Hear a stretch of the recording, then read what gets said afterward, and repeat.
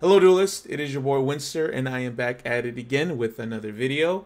In today's video we are doing a discussion / card breakdown on Maxi from Home, Maxi from Wish, Maxi version 2, Mulcharmy Purulia, a new card set to release in the new Yu-Gi-Oh set Infinite Forbidden, which is coming out at the end of July. But before we get into today's video, guys, I hope that you are having an amazing day, and thank you so much for always watching my channel and supporting it. If you guys want to be part of an active Yu-Gi-Oh community, be sure to check out the description box on this video, and on my other videos there is a Discord link where you could join up, play Yu-Gi-Oh, talk to people who enjoy Yu-Gi-Oh, and you could talk to me directly as well. In that description box there's going to be links to my other platforms, TikTok, Twitch, Twitter, and I have a TCG player market if you guys want to buy any cards. That would help me out directly. But let's get right into today's video. So first things first, let's go ahead and break this card down. It is part of a new archetype, Mulcharmy, and from the recording of this video, there's no other cards in the archetype, or at least there hasn't been anything announced.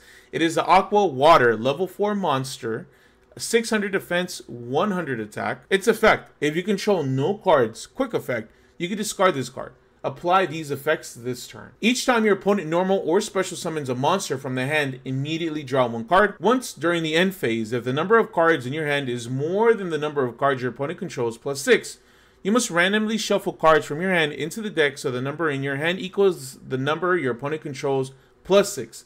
You can only activate one other Mulcharmy monster effect the turn that you activate this effect. Now let's talk about its practical usage and how many copies you're going to be running. Goes without saying, you want to see this card in your opening hand.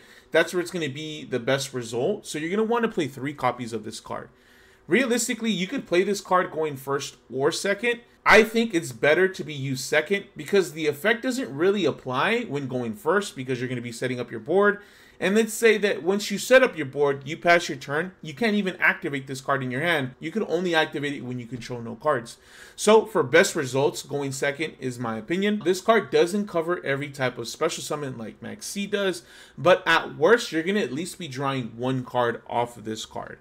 And in Yu-Gi-Oh, that's such a huge advantage, and you may draw the out that you need to be able to break your opponent's board. But because it does cover normal summon, it may be useful against certain matchups, for example, Flunderies. I do want to break down the plus 6 part, because genuinely, I was freaking lost when I was trying to figure this out. My mind couldn't comprehend, just plus 6. But to put it simply, you count the cards your opponent controls. If they control 5, you add 6 like the card tells you. So that'll give you a grand total of 11. If you have more than 11 in your hand, you're going to go ahead and shuffle back until you have the same amount, which would be 11. As for the price, and these are my opinions, guys, do not hold me to this. Now, with every single Yu-Gi-Oh set, we all know how prices on pre-release are inflated to crazy amounts. Where cards later on, after the initial release, hit pennies, the pre-sale of those cards are like $5 to $7, which is freaking crazy. And there is going to be no difference to this specific card. There is a lot of hype around it because of the comparisons to Maxi and the TCG just never being able to have it. So I personally think pre-sale prices are going to be around the $80 to $60 mark. After hype dies down, give it maybe 2 to 3 weeks, the actual release of the set, Infinite Forbidden, I do think it's going to fall to like maybe 50 to 30. My overall opinions on the card. First off, I think it's a phenomenal going second card. It gives you the resources that you otherwise wouldn't have to be able to deal with your opponent's board, or at worst, it'll give you the ability to play the game with maybe giving you a starter of some sort. Its restrictions, I personally think, are phenomenal. Konami did a great job to make sure this card isn't just another broken version of Maxi. Activate this card only when you control no cards is amazing, because Maxi could activate at any point in time.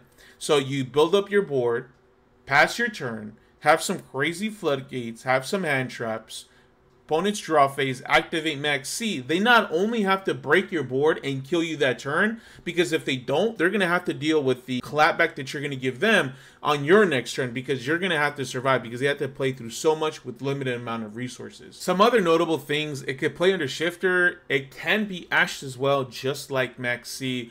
I think overall this card is great. I would say that it's definitely worth picking up. I do think there's a lot of hype about it, But I also feel like there's a couple of mixed emotions about it because of its restrictions. And here at the TCG, we just don't have Max C, right? And we've been begging and begging to get Max C unbanned. And then Konami just decides to make this card. That was the Mulcharmy Purulia breakdown. I want to get your guys' feedback on this. How do you guys feel about this card? Is it something you're going to be playing? Is it something that you're just going to be missing overall? Let me know in the comment section below, guys. Thank you so much for always watching. Thank you so much for always supporting. And make sure that you guys have an amazing day. My name is Winster. You guys have a good one. Peace out, guys.